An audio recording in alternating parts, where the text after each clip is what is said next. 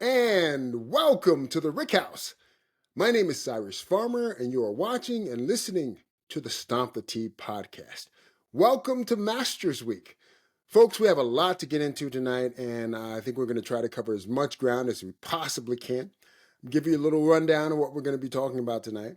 Speaking of Masters Week, I'm going to be telling you, some of you know this story, some of you don't, but I will be recounting my first ever attendance at a golf major in person. I'll tell you all about that story. It was quite interesting. I had a really good time, but I'll tell you all about it. We're also going to be giving you our Masters preview. We'll be telling you our picks for who we think is going to win, how we think the tournament's going to go, and of course, everyone's favorite segment, what are you drinking tonight? We'll be covering that as well.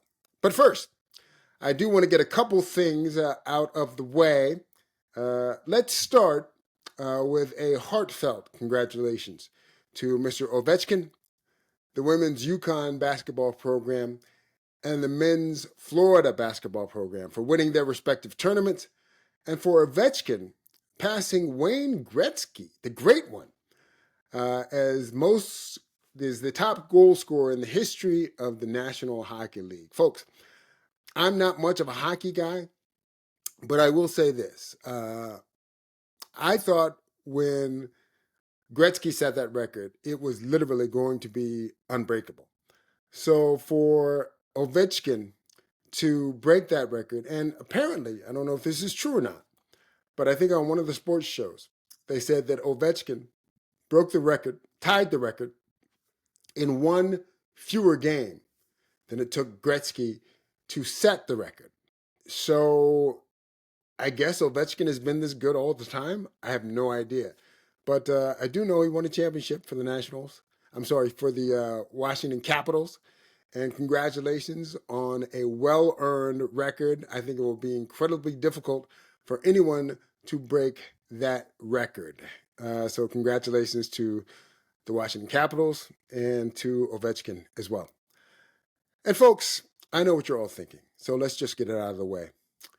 We are on day 32 of the Wolf Watch. Yes, the Wolf Gourmet countertop convection oven is still on the dining room floor in the box, unwrapped. Folks, you might be asking yourselves, why is Cyrus spending so much time talking about this toaster oven? I'm going to give you a couple facts about this toaster oven, and then maybe it'll help you understand why I'm so obsessed with getting it out of the box, outside of the fact that I paid a pretty penny to present it as a birthday gift for my wife. Look, again, it's just a toaster oven, but in so many ways, it's not just a toaster oven. This thing has 7 cooking modes. Let me read them to you. It has a baking mode, a roasting mode, a broiling mode, a warming mode, a proofing mode, a bagel mode, and a toasting mode. Folks, this thing is just a piece of machinery that is so well engineered, who wouldn't want one in their home? Okay, this toaster oven, it has a convection function. What does that mean? Well, a convection is when you actually place a fan inside the oven. So it helps circulate the air inside the oven. Convection cooking actually provides for more even baking and for faster cooking times. I mean, the cooking times can be up to 25% faster with a convection oven. Most people either put the temperature down 25%, or they will cut the cooking time down by 25%, because that is how effective circulated warm air convection does with cooking in one of these ovens. I got to tell you, the temperature in this Wolf Gourmet countertop oven, it's finely tuned, and it's uniquely calibrated. Folks, most of you have an oven. I don't care whether it's a Samsung, like we have a Samsung oven in our home. I don't care whether it's a Thermador. I don't care whether it's a LG. Whoever makes your oven.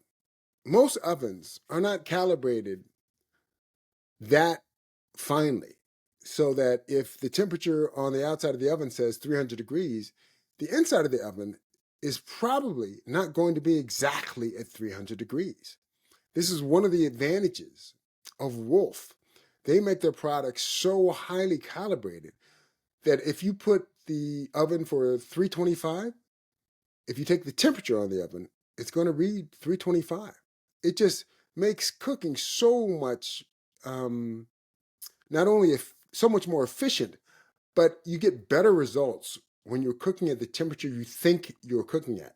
If you put the oven to 300 and the actual inside of the oven is only 285 degrees, you're going to be off with whatever you're cooking and however you're deciding to make it. Now, look, when we were in Los Angeles, we had a Viking range and oven, and I loved the Viking. Viking was great, except for the igniters. The igniters on the range on the cooktop, uh, they often went out. We had to change them 3 or 4 times over the course of like 7 years. It's just kind of a bugaboo with Viking. They have igniter issues, but otherwise, the oven itself cooked great. The range was great, but everyone always talks about the Wolf, not only the red knobs on the Wolf, but the actual performance that you get from Wolf products.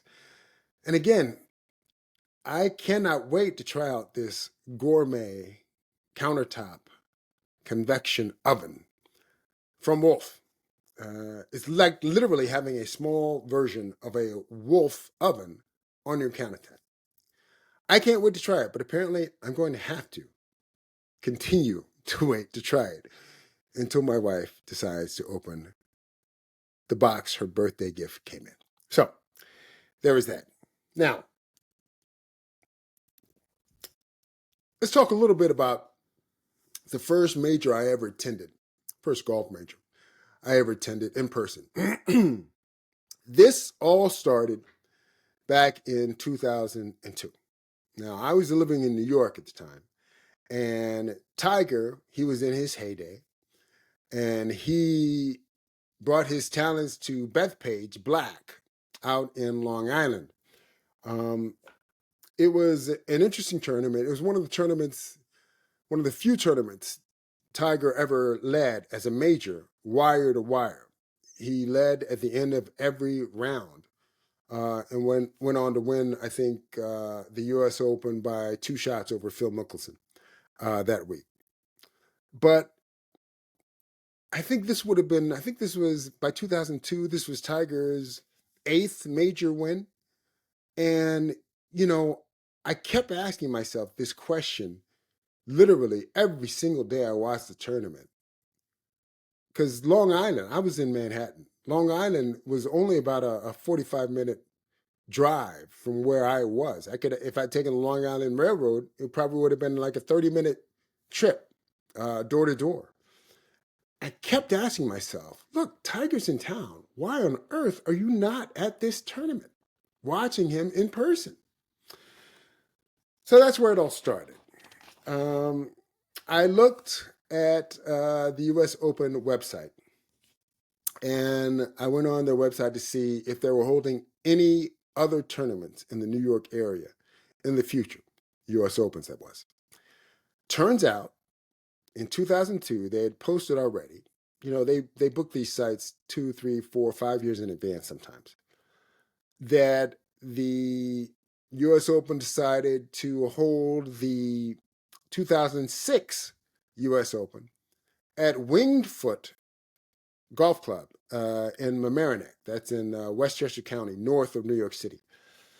So at that point, after learning that information, I became a member of the USGA. Obviously, most of you know that's not as big a deal as it sounds.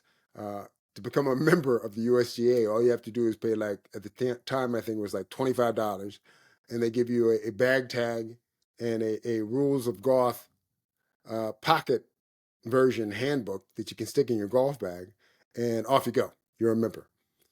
But one of the things, if I'm remembering correctly, that came with the membership is they gave you the right to purchase tickets to any upcoming USGA events. So in 2006, I purchased a package of tickets. Um, I think it was, I don't even remember what it was called. It's something like the Champions Club or something like that. But essentially, I purchased tickets in this package for two, and it included all three practice round days, Monday, Tuesday, and Wednesday, as well as two tickets for all four rounds of the tournament, Thursday, Friday, Saturday, and Sunday. They give you like some corporate temp like access where you can buy food and drink. There's air conditioning. You sit down. You can hang out. You can watch stuff on TV.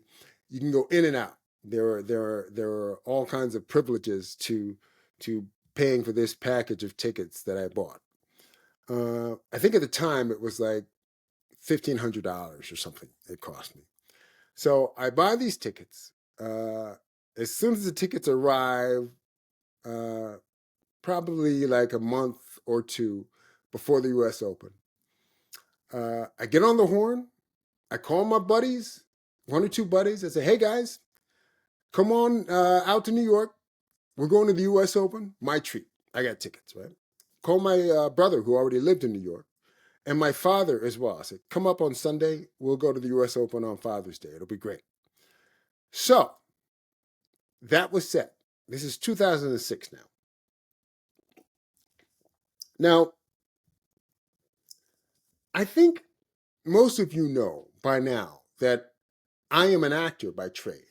I mean, I've spent the last 35 years working as an actor in productions big and small, on television, film, theater, streaming platforms, you name it, right? So during this time, as an actor, your schedule is always at the mercy of your agent, because your agent can call you at any time and say, "Hey, you have an audition, you have a producer session, you have a callback, you have a screen test. They want to see you for this on day X," whether that's Tuesday or Friday or Thursday or Monday. And whenever they tell you they, quote unquote, whether it's a director or producer or a studio, want to see you, you have to take time to prepare. Well, at this point in my life, I was in pretty good shape. I had just recorded a pilot for ABC. It was a show called 6 Degrees. And we just taped it. We shot it probably about 6 to 8 weeks prior to the U.S. Open. And we found out that it was well received. It got picked up. And I was about 6 to 8 weeks away from going into production on the series. So the week was slow work-wise, which was great because for me, it just gave me more time to hang out and do the U.S. Open that I bought these tickets for. So I was very, very excited about it. Now, I have to tell you, the week of the U.S. Open, it was great. It started out great anyway. The first day, practice round, Monday, I took the boyfriend of one of my wife's work friends out to Wingfoot, took the train out, and we're walking around the first couple of hours looking at all these pros. You're allowed to take pictures on practice day. So I bring my Nikon digital single lens camera and taking all sorts of pictures, and it's great. Now, of course, we, like everyone else, is looking to see Tiger Woods, whose father, Earl, had just died like just over a month before the start of the U.S. Open. He died shortly after the 2006 Masters and about a month before the U.S. Open. So no one knew whether or not Tiger was going to play. he accepted the invitation. He was going to appear, but we didn't know how he was going to play. So after a couple of hours of looking around the course, kind of getting the lay of the land and shooting pictures of some of the other golfers, Padraig Harrington, Colin Montgomery, I decided, let's go back to the clubhouse. All right, let's take a little break and see if we can hang out and wait for some other golfers to come out on the course. Now, just as we get to the clubhouse, right before, we're probably about 45 feet from walking inside, out of the clubhouse comes, guess who? Tiger Woods. He literally walks right past me, 10 feet to my left. And so instinctively, I put my camera up and I start taking pictures. And we follow Tiger for the next hour, looking at various holes that he's practicing on. He was practicing in that day, I think, with Charles Howell III, and he may have had another golfer with him, not sure. But I do remember Charles Howell III was there with him in that practice round. Got some great pictures of Tiger. Maybe I'll post them this year before the U.S. Open. They're just some tremendous picture of Tiger and other golfers. Fred Couples, it was a lot of fun. So job one, seeing Tiger in person, check. Now, I had to tell you, it was so cool watching Tiger hit shots, full shots, hit chips, hit putts. Steve Williams was there, obviously, and his practice routine was so involved. It was really, really interesting. Now, I don't remember day 2 and 3, which is Tuesday and Wednesday, of the practice rounds very well. But I do remember, I think there was some weather involved on 1 or 2 of those days. So I went to both practice days by myself. I ended up giving my spare ticket to a bystander outside of the Mamaroneck on Tuesday and Wednesday.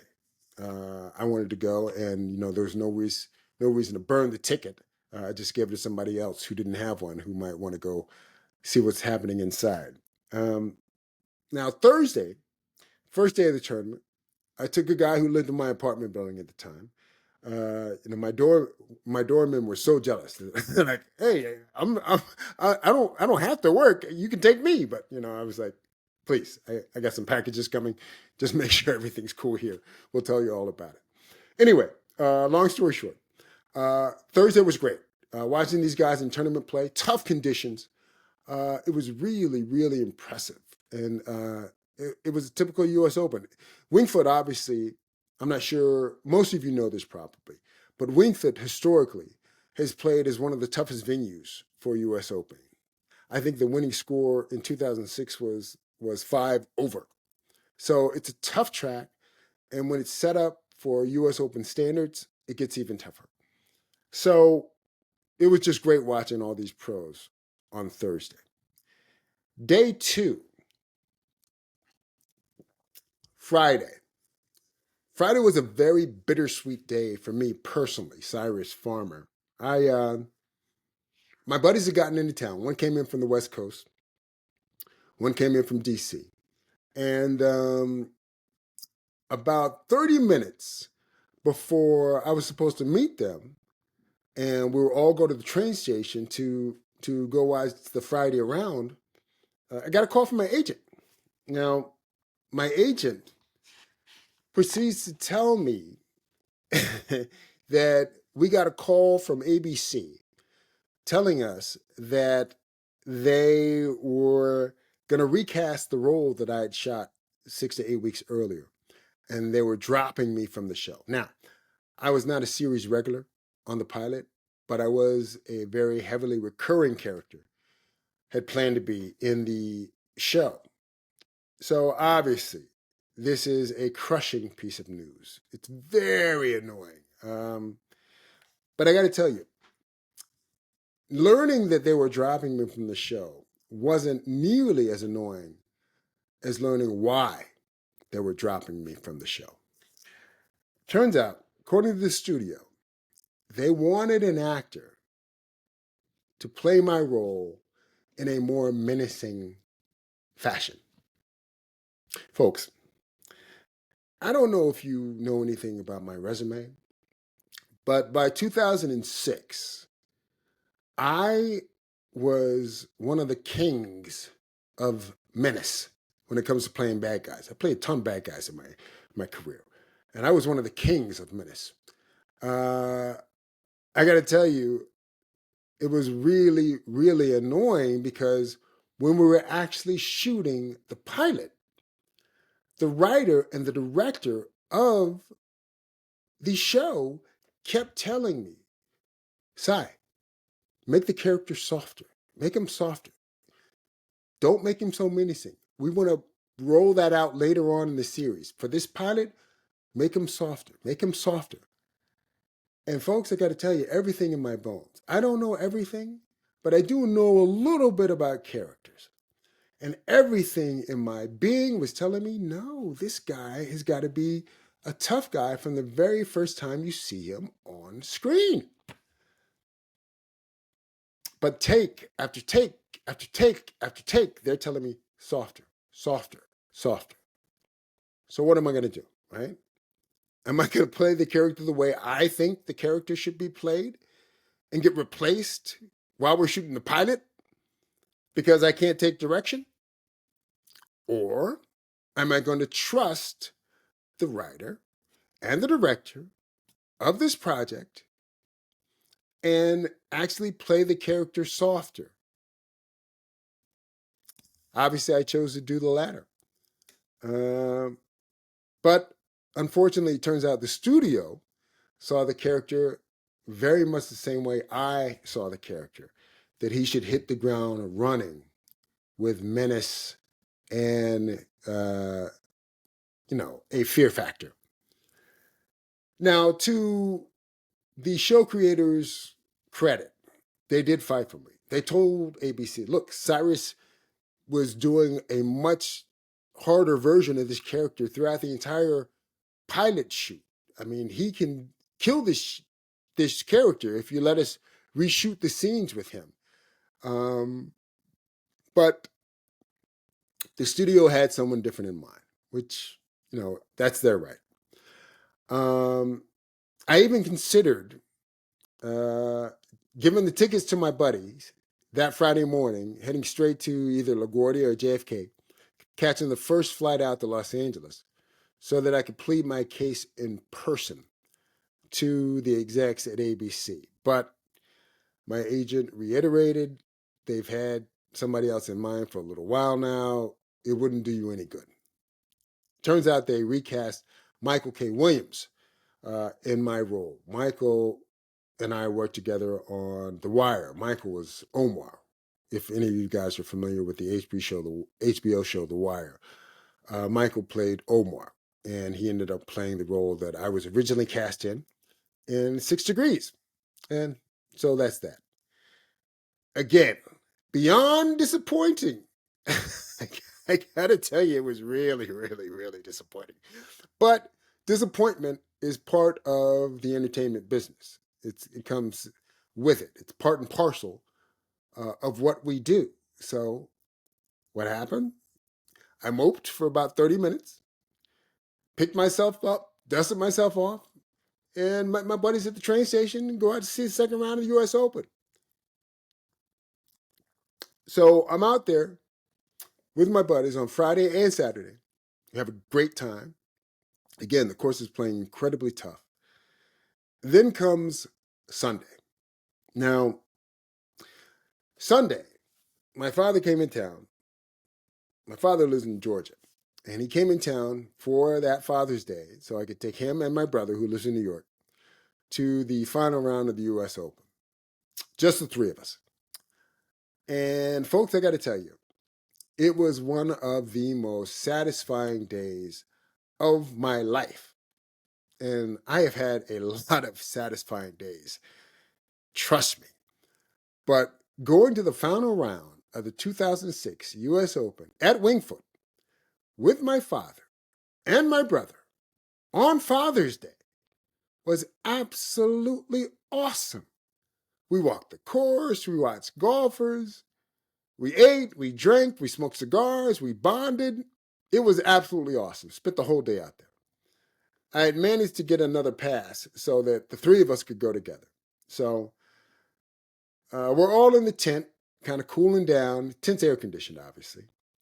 Cooling down, plenty of TVs around, plenty of food to eat, drinks to drink. So we're cooling out at the end of a long day, and Phil reaches the 17th tee. Now, at this point, Phil, I think, is leading by one. Phil Mickelson. He's leading by one.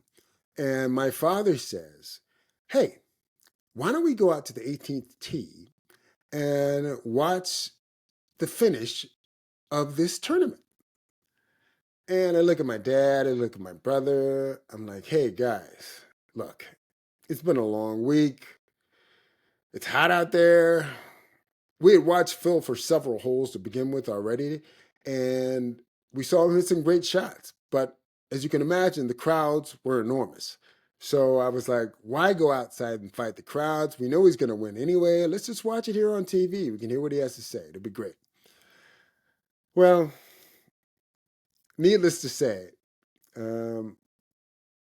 we stayed in the tent, and that's when what happened.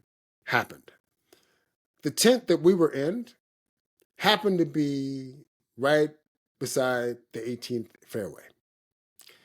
Folks, I think you know what happened from there. Phil tees off, hits a tent along the 18th fairway, and we could have been outside to witness that in person, but I was too lazy to finish this tournament the way it should have been finished properly. Actually watching live outside what happened instead of on TV in the corporate tent. So when I tell you you should always listen to your parents, this story is Exhibit A. Now, your parents are not always right, but sometimes they're not wrong. And it's always worth going the extra mile if all that you're being asked to do is give more effort. So that's my story of the first major I ever watched in person. Subsequently, Jeff Ogilvy won that U.S. Open, as we all know. It was an unbelievable meltdown. But when you watch that highlights of that U.S. Open, one of the things that really becomes apparent is I really miss Johnny Miller. Boy, was he fantastic on commentary. I know some golfers thought he was too tough on them, so on and so forth, but he's so insightful. He's critical, yes, absolutely. But this is from a guy who's won majors, who's lost majors, who had played in a number of big tournaments and at one point was one of the best players in the world, obviously. And to hear him give his insight on golfers, I really miss having him on the call. Johnny Miller was great. I was a big fan of his announcing career. So let us move on to the Masters preview. Folks, it is a 95-man field. I think it's going to be a wide open tournament. I think there will be so many golfers who can win this week. I really think it's going to be very exciting. I don't want to say it's going to be a shootout in terms of score, but I think it will be a shootout in terms of the number of golfers who will be in contention on the back nine on Sunday. There are so many golfers who could win this thing. Now, let's get two things out of the way first and foremost. I do not think Scottie Scheffler will win the Masters this week. I think he missed too much time in the beginning of the season. I'm not saying he won't win a major this year. I just don't think he'll win a Masters this week. I think he really could have used a little bit more time to kind of find his form. He played well in Houston a couple weeks ago, but I think there are too many other golfers who are going to have a better chance to win than Scottie. I think Scottie will be in contention. I just don't think he's going to win this week. As I told you 3 weeks ago, I love Rory McIlroy to win this tournament. I think it's his time. I think he's ready. I think that he is going to overcome all the mental scars that have happened, not only in the Masters, but in other majors as well. And I think he's going to complete the Grand Slam this week. I really, really, really do think Rory is going to win. Now, there are a number of other golfers that I think will be in contention, which I think if Rory wins this, whoever wins this is going to be a great achievement.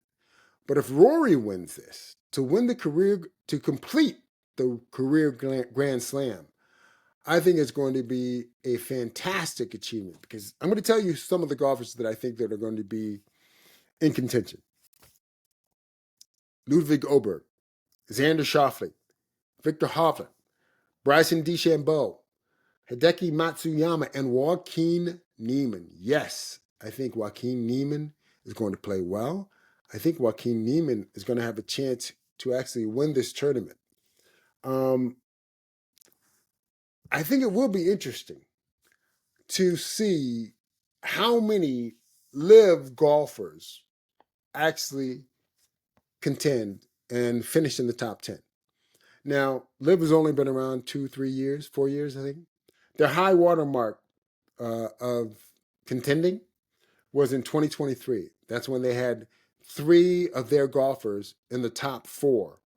And that does not include Jon Rahm, who joined Live and won that tournament. And he joined Live a few months after winning the Masters. So it should be a lot of fun. I can't wait to see. And this year, I believe, also marks the 50th anniversary of Lee Elder breaking the color line at Augusta National. So kudos to Augusta National. Real kudos to Lee Elder for accomplishing that feat as well. Folks, I think it's going to be a great tournament. You are going to love this year's Masters. But I know you already know that. All right. Now, we're at the point of the program where I get to ask you my favorite question. What are you drinking tonight? Well, I can tell you what I'm drinking. And that is the Knob Creek Bourbon and Rye. Folks, I'm going to give you some information about this, and then I'm going to tell you what I think about it. This, obviously, Knob Creek, is a product of the Jim Beam Distilling Company, based in Claremont, Kentucky. Obviously, it's a small batch. 56.5 ABV. That means it comes in at 113 proof. And I bought this bottle for $51. Folks, the Bourbon and Rye from Knob Creek, it is a blend, obviously. It is 30% 9-year-old bourbon and 70% 7-year-old rye. Why the bourbon is 9-year-old? Why the rye is 7 years old? Who knows? But that is the mash bill. According to their website, the aroma is sweet maple and vanilla with hints of nuttiness and baking spice. Their taste is brown sweets with a hint of fruitiness and black pepper. That's how they describe it. I'm going to tell you how I describe it. This Knob Creek Bourbon and Rye, to me, it's very savory. I mean, very, very savory. But surprisingly uninteresting. I got to tell you, it's not my favorite. Now, normally, something super savory would be right in my wheelhouse. But I think the rye, combination of the rye with the bourbon, the rye really cuts the sweetness of the bourbon. Now, it has an interesting burn level. Again, it's 113 proof. What is it? Yeah, 113 proof. So there's definitely a burn there, but it's a muted burn from the first sip to the last. I mean, it really doesn't hurt you at all. So that's actually very interesting about the product. But I have to say, I'm not in love with this. I don't think I would buy it again. And I like a lot of Knob Creek products. I like the Knob Creek 9-year-old. I like the 9-year-old better than the 12-year-old, but I like the 9-year-old quite a bit. But this Knob Creek Bourbon and Rye, it's okay, but I'm not in love with it. Wouldn't buy it again. It does get sweeter if you put it on ice. I mean, the bourbon starts to come through. When it opens up when you put it on ice or open it up with some water. So that's Knob Creek's Bourbon and Rye, that blend. All right, folks. I have a quick announcement to make, and then we're going to wrap things up. I will be getting on a plane Friday morning to head down to Augusta to attend the Saturday and Sunday rounds of the Masters this year. So next week's show will be a Masters wrap-up show. I'll give you my impressions of what took place over the weekend rounds. Obviously, we'll compare this visit to the Masters to the other two. This will be my third trip to the Masters. So we'll compare this year's trip to the other two, and I'll tell you what I found interesting and what I found uninteresting, which is probably very, very, very, very, very, very little about the 2025 Masters. But until then, as always, I want to remind you to tell your friends to watch, tell your friends to listen, tell your enemies to watch, tell your enemies to listen. Spread the word about Stomp the Tee. We're here for you. And we will give you content you can't find anywhere else online each and every week. So, with that, my name is Cyrus Farmer. This is the Stomp the Tee podcast. Thank you for watching. Thank you for listening. And once again, as always, we will see you on the first tee.